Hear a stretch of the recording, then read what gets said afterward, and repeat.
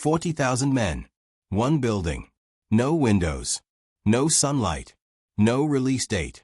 They sleep stacked 4 levels high in cells designed for 80 that now hold hundreds. They eat once a day. They exercise never. They have no contact with the outside world. No phone calls. No visitors. No lawyers. Most of them will never leave. Most of them will die inside that building of old age or violence or disease or simply the slow psychological collapse that happens when a human being is sealed inside concrete and told that this is forever. This is not a hypothetical future dystopia. This is not a scene from a movie. This is real. This is happening right now. And this is the prison that the president of El Salvador calls the solution to a problem that his country could not solve any other way. The problem was gangs. The solution was to make them dissipate. Completely. Permanently. Without trial in many cases. And the world is watching to see if it works or if it becomes something worse. Welcome to CECOT. The Center for the Confinement of Terrorism. The most extreme prison on planet Earth. What you are about to see is an investigation that most documentaries will not touch because the politics are too controversial and the footage is too disturbing. If you want the stories that go deeper than headlines, stories that show you what is actually happening inside systems the world is debating, then subscribe right now. Because we are about to go inside a place that journalists are not allowed to film. And what happens in there is something you need to see. Let us start with how this place came to exist. El Salvador is a small country in Central America with a population of 6 million people. For decades it has been controlled not by the government, but by gangs. MS-13 and Barrio 18, two of the most violent criminal organizations in the Western Hemisphere, turned entire neighborhoods into war zones. They extorted businesses. They recruited children. They murdered anyone who resisted. The homicide rate in El Salvador at its peak was 61 murders per 100,000 people, making it one of the deadliest countries on earth not actively at war. The police could not stop it. The military could not stop it. Prisons were supposed to contain gang members, but instead became command centers where incarcerated leaders continued running operations on the outside using smuggled phones. Previous governments tried negotiation. They tried ceasefires. They tried social programs. Nothing worked. And then in 2019, a new president was elected. His name is Nayib Bukele. And his solution was not negotiation. His solution was total war. And the weapon he built for that war is a building that human rights organizations are calling a crime against humanity. CECOT was built in 2022 in the Tecoluca region of El Salvador. The construction took less than a year. It cost $110 million. The facility was designed to hold 40,000 inmates, making it the largest prison in the Americas by capacity. The architecture is deliberate. There are no windows. Natural light does not reach the interior cell blocks. The walls are reinforced concrete several feet thick. The layout is panopticon style, meaning guards can observe all cells from a central position without prisoners seeing them. Surveillance cameras cover every inch of the facility. The cells are designed not for rehabilitation, but for containment. For storage. The official government promotional materials released during construction described CECOT as a place where the worst criminals in El Salvador would be sent and forgotten. That phrase, forgotten, was not accidental. It was the point. And the men who would be sent there were about to be rounded up in the most aggressive anti-gang operation in modern Latin American history. In March of 2022, after a weekend in which 87 people were murdered in gang violence, President Bukele declared a state of exception. This suspended constitutional rights across the country. Habeas corpus, the right to know why you are being detained, was eliminated. Due process was eliminated. The requirement for evidence before arrest was effectively eliminated. Police and military were given authority to detain anyone suspected of gang affiliation based on tattoos, location, association, or anonymous tips. What followed was the largest mass arrest operation in the history of the Western Hemisphere outside of wartime. Over 75,000 people have been arrested since the state of exception began. That is more than 1% of the entire population of El Salvador.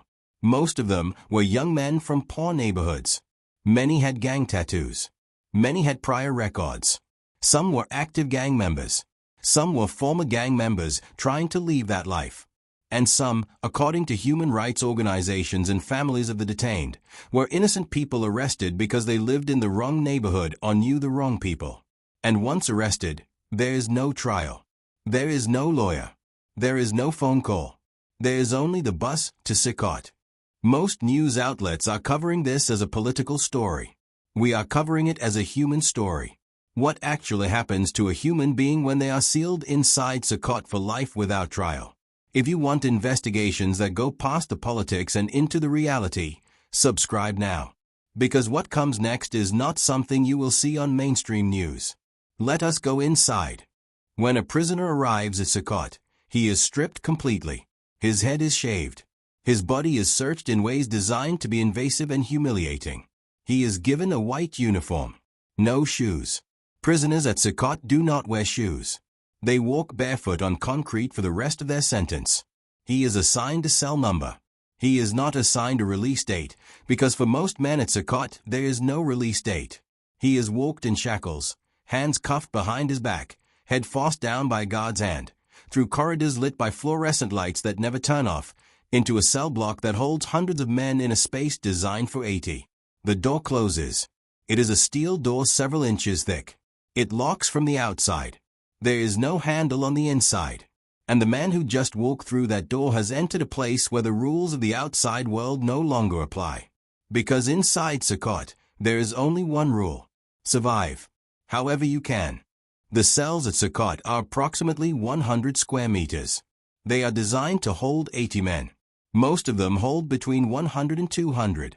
The men sleep on metal bunk beds stacked 4 levels high, so close together that they cannot sit up without hitting the bunk above. There are no mattresses. There are metal slats. Some prisoners have been given thin mats. Most have not. The cells have communal toilets. No privacy walls. No doors. Everything happens in view of everyone. The smell is immediate and overwhelming. Sweat, waste, disinfectant, and the particular odor of too many human bodies in too small a space for too long. There is no air conditioning. The temperature inside CECOT regularly exceeds 95 degrees Fahrenheit. There is no ventilation beyond small grated openings near the ceiling. Men have described the air as thick, as something you have to push through to breathe. The lights never turn off. Sleep happens in full fluorescent brightness 24 hours a day. And this is where they will spend the rest of their lives. With no books, no television, no radio, no communication with the outside world. Nothing but time and the men around them. Prisoners at CECOT wake when the guards announce it over the loudspeaker system. There is no clock. There is no natural light to indicate time. The day is structured by announcements and food delivery. Breakfast is delivered through a slot in the cell door. It is usually beans, rice, and a piece of bread. Lunch is the same. Dinner is the same. The meals are calculated to provide the minimum caloric intake necessary to sustain life. Prisoners eat sitting on their bunks or on the floor. There are no tables.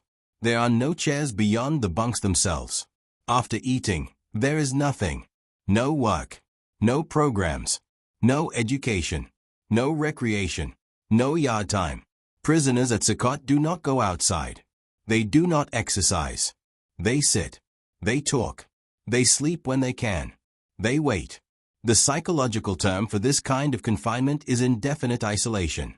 The human brain is not designed to process indefinite isolation well. And what that does to a man over months and years is something that even the guards at CECOT are beginning to notice. Psychologists who have studied long-term solitary confinement and extreme isolation describe a predictable pattern of mental deterioration. In the first weeks, prisoners experience anxiety and hypervigilance. In the first months, depression sets in. After 6 months, some prisoners begin experiencing hallucinations, paranoia, and dissociative episodes. After a year, the damage can become permanent. Memory degrades. The ability to process complex thought declines. Some prisoners develop catatonia, a state in which they stop responding to external stimuli entirely. At CECOT, there are no mental health services. There are no psychologists. There are no counselors. When a prisoner breaks, and prisoners do break, he is removed to an isolation cell within the isolation facility. Guards describe prisoners who have stopped speaking. Prisoners who rock back and forth for hours. Prisoners who have to be force-fed because they have stopped eating. This is not rehabilitation. This is not punishment in the traditional sense. This is the systematic destruction of the human personality. And President Bukele has said publicly that this is exactly what he intended. We are halfway through this investigation, and what you have seen so far is only the surface. The next section reveals the internal power structure inside CECOT, the violence that the government is not reporting, and the question of whether any of this is actually legal. If you want investigators who do not stop at the official story, hit subscribe now. Because the second half of this story is where everything gets darker. Let us continue. CECOT was designed to separate gang members by affiliation to prevent violence. MS-13 members are housed in separate cell blocks from Barrio 18 members. Within those blocks, prisoners are further separated by clique, by rank, and by perceived threat level. But separation does not eliminate organization. It only changes its form. Inside the MS-13 blocks, the gang hierarchy still exists. Shot callers, high-ranking members, still give orders. Those orders are communicated through hand signals, through coded language during the brief moments when cell doors are open for food delivery, through messages written on the walls and bodily fluids are scratched into metal. The guards know this is happening. They cannot stop it, because stopping it would require isolating every single prisoner individually, which is logistically impossible when you have 40,000 men in one building. So the gangs adapt. They operate in silence. They enforce discipline without weapons. And they wait. Wait for what? That is the question that keeps security analysts awake at night. The government of El Salvador releases carefully curated footage of CECOT. Prisoners sitting quietly in white uniforms. Guards maintaining control. The message is clear. The gangs have been neutralized. But leaked reports from correctional staff and testimonies from family members who have received bodies tell a different story. Prisoners are dying inside CECOT. Some die from medical neglect. Chronic conditions like diabetes, asthma, and heart disease go untreated because there is no adequate medical facility inside the prison. Some die from violence. Prisoners kill each other using improvised weapons, hands, ligatures made from torn clothing. The killings happen in cells during the night when surveillance is reduced. Bodies are discovered during morning counts. The deaths are classified as natural or accidental in official reports. Family members are not allowed to see the bodies. Burials happen quickly, and the numbers are not being released. Independent investigators estimate that between 50 and 200 prisoners have died inside CECOT since it opened. The government has confirmed fewer than 20, which raises the question that human rights organizations are now asking the International Criminal Court to investigate. Is this imprisonment or is this extermination? International law is clear about what constitutes inhumane treatment. The United Nations Standard Minimum Rules for the Treatment of Prisoners, known as the Nelson Mandela Rules, prohibits indefinite solitary confinement. It prohibits confinement in conditions that amount to torture. It requires access to natural light, exercise, medical care, and legal representation. CECOT violates every single one of these standards. Human Rights Watch has called it systematic, cruel, and degrading treatment. Amnesty International has called it a warehouse for human beings. The Inter-American Commission on Human Rights has requested access to inspect the facility. El Salvador has denied that request. The legal argument from the Bukele government is that gang members are terrorists, not common criminals, and that extraordinary measures are justified to protect the civilian population. The counter-argument is that you cannot suspend human rights indefinitely even for terrorists. That there has to be due process. That there has to be a trial. That there has to be evidence. And that is where the story gets even more complicated. Because some of the men inside CECOT are not gang members at all. Christian is 19 years old. He was arrested in June of 2022 while walking to his job at a car wash. He has no gang tattoos. He has no criminal record. He was arrested because he was in a neighborhood classified as gang territory and because someone, Christian does not know who, told police that he was affiliated. He has been inside CECOT for over 2 years. He has not been charged with a crime. He has not seen a lawyer. He has not been allowed to contact his family. His mother has been to the prison 11 times requesting information. She has been turned away every time. Christian is one case. Human rights organizations estimate that between 5 and 15% of the men inside CECOT, potentially thousands of people, are innocent of any gang affiliation. They were arrested under a system that does not require evidence and sent to a prison that does not allow appeals. And the government's response to these claims is that mistakes are acceptable collateral damage in a war that is saving lives outside the prison. And that is the argument that has divided not just El Salvador, but the entire world watching this experiment unfold. Here are the facts. Since the state of exception began and CECOT opened, the homicide rate in El Salvador has dropped by over 90%. It is now one of the safest countries in Latin America, by that measure. Businesses that were paying extortion to gangs are no longer paying. Families that were afraid to let their children play outside are letting them play outside. Tourism is increasing. Investment is increasing. For the average Salvadoran who is not in prison and does not have a family member in prison, life has objectively improved. President Bukele's approval rating is over 90%. He won re-election in a landslide. The people of El Salvador, by every available measure, support what is happening. And that support creates a moral question that is almost impossible to resolve cleanly. If locking up 40,000 people without trial in inhumane conditions makes 6 million people safer and dramatically improves their quality of life, is it justified? Your answer to that question probably depends on whether you live in El Salvador or whether you are watching from somewhere safer. And that difference in perspective is everything. So let me ask you directly. If you were the leader of a country where gangs were murdering 60 people per 100,000 every year, where children were being recruited into violence, where businesses were being extorted into bankruptcy, and every previous attempt at reform had failed, would you build CECOT? Would you authorize mass arrests without trial if it meant saving thousands of lives outside the prison? Or would you refuse on principle even if it meant the violence continued? There is no easy answer. And before you respond, understand that both choices result in people dying. The only question is which people and how many. Comment your answer below. Because this is the question that defines the entire debate. And while you are thinking about that, let me show you what is happening to the families of the men inside. Maria's son was arrested 14 months ago. He is 23.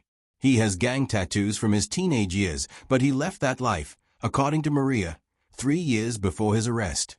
He was working construction. He was sending money home. And then one morning police came to the house and took him. Maria does not know where in CECOT he is housed. She does not know if he is alive. She has spent her savings trying to hire lawyers who tell her there is nothing they can do. She has joined a group of mothers who gather outside government offices every week holding pictures of their sons, demanding information, demanding trials, demanding anything. The police ignore them. The government calls them gang sympathizers.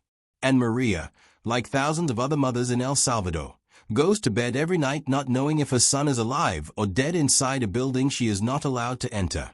Multiply Maria's story by 75,000 arrested individuals. That is 75,000 families living in this state of not knowing. And the government has made clear that this is not temporary. President Bukele has stated in multiple interviews that the men inside CECOT will never be released. There is no rehabilitation program because the assumption is that gang members cannot be rehabilitated. There is no parole system because the sentence is life. There is no appeal process because the state of exception has suspended that right. The plan, as far as the government has articulated it, is for these men to die inside CECOT. Of old age ideally. Of disease or violence if necessary. But to die inside. CECOT is not a prison in the traditional sense. It is a tomb for the living. And the international community is watching to see if other countries adopt this model. Because if El Salvador's experiment is judged successful, if the homicide rate stays low and the public remains supportive, then other nations dealing with gang violence will consider building their own version of CECOT. And that terrifies human rights advocates more than anything else about this story. Honduras has already announced plans to build a mega prison modeled on CECOT. Guatemala is considering it. Mexico, which has been fighting cartel violence for decades, is watching closely. If CECOT becomes the model for dealing with organized crime in Latin America, we are looking at a future where hundreds of thousands of people across multiple countries are incarcerated indefinitely without trial in conditions that international law classifies as torture. The argument in favor is that it works. The argument against is that it is a human rights catastrophe that will define this era the way other atrocities have defined previous eras. And the decision about which argument wins is being made right now, in real time, while 40,000 men sit in cells with no windows waiting to see if the world decides that what is happening to them is justice, or if it is something that history will judge very differently. So let us talk about what you can actually do with this information. If this story matters to you, if you believe that someone needs to be documenting what is happening inside systems like this even when it is uncomfortable and politically divisive, then subscribe. We investigate the stories that most documentaries avoid because they are too complex or too controversial. We do not tell you what to think. We show you what is happening and let you decide. Hit subscribe. Join a community that believes the truth is worth the discomfort of looking directly at it. Now let us talk about what the future holds for CECOT and the men inside. CECOT has been open for less than 3 years. The long-term effects of the conditions inside are still developing. The first wave of prisoners is only now entering year 3 of indefinite confinement with no natural light, no exercise, no mental health care, and no hope of release. What happens to the human body and mind under those conditions over 5 years, 10 years, 20 years, is something that the medical and psychological community is only beginning to document. Some prisoners will adapt in ways that allow them to survive psychologically. Some will break completely. Some will die. And all of it will happen inside a building that the outside world is not allowed to see. The government controls the narrative by controlling access. The only images of CECOT that exist publicly are the ones the government releases. And those images show control, order, and submission. They do not show what happens in the cells at night when the cameras are not recording. Which brings us to the final question. Is this justice or is this revenge? Justice, in the traditional legal sense, requires proportionality. The punishment must fit the crime. It requires due process, evidence, trial, defense, appeal. It requires that even the guilty are treated with a baseline level of human dignity because the principle of human rights is that they are universal, not conditional. CECOT violates all of those principles. But the counter-argument, the one that 90% of Salvadorans agree with, is that the gangs violated those principles first. That MS-13 and Barrio 18 showed no mercy, no proportionality, no respect for human life, and that extending them rights they never extended to their victims is not justice, it is weakness. Both arguments are internally consistent. Both are emotionally compelling. And both lead to completely opposite conclusions about whether CECOT should exist. The answer you arrive at says more about your foundational beliefs about punishment, redemption, and human nature than it does about the facts of the case. And that is why this story does not have a clean ending. Here is my final question for you. If someone you loved, your brother, your son, your friend, was arrested and sent to CECOT under the state of exception, and you knew he was innocent but you had no way to prove it and no legal mechanism to appeal, would you still support the system? Or does your answer change when it is personal? Because that is the test of any justice system. Does it hold up when it is applied to people you care about, or does it only work when it is applied to people you can ignore? Answer honestly in the comments. Because this conversation is not theoretical for the families living it. Let me leave you with one final image. Right now, as you watch this, 40,000 men are sitting in cells with no windows, no sunlight, no books, no contact with their families, and no release date. Some of them are murderers. Some of them are gang leaders responsible for horrific violence. And some of them are innocent people who were in the wrong place at the wrong time when a government decided that mass incarceration without trial was an acceptable price to pay for public safety. All of them are human beings. All of them are experiencing something that most people in the developed world would classify as torture. And all of it is happening with the full support of the population it is supposed to protect. That is CECOT, the most terrifying prison in the world. And the experiment that will define how democracies deal with crime for the next generation. If this investigation made you think, if it challenged your assumptions, If it showed you something you did not know about how the world actually works, then subscribe right now. Because every week we go into the systems, the prisons, the policies, the decisions that shape human lives in ways most people never see. We do not do surface-level reporting. We do not do clickbait. We do deep investigations into uncomfortable truths. Hit subscribe. Join us. And drop your most honest answer to the questions I asked in the comments below. Because the conversation about justice does not end when the video ends. It starts there.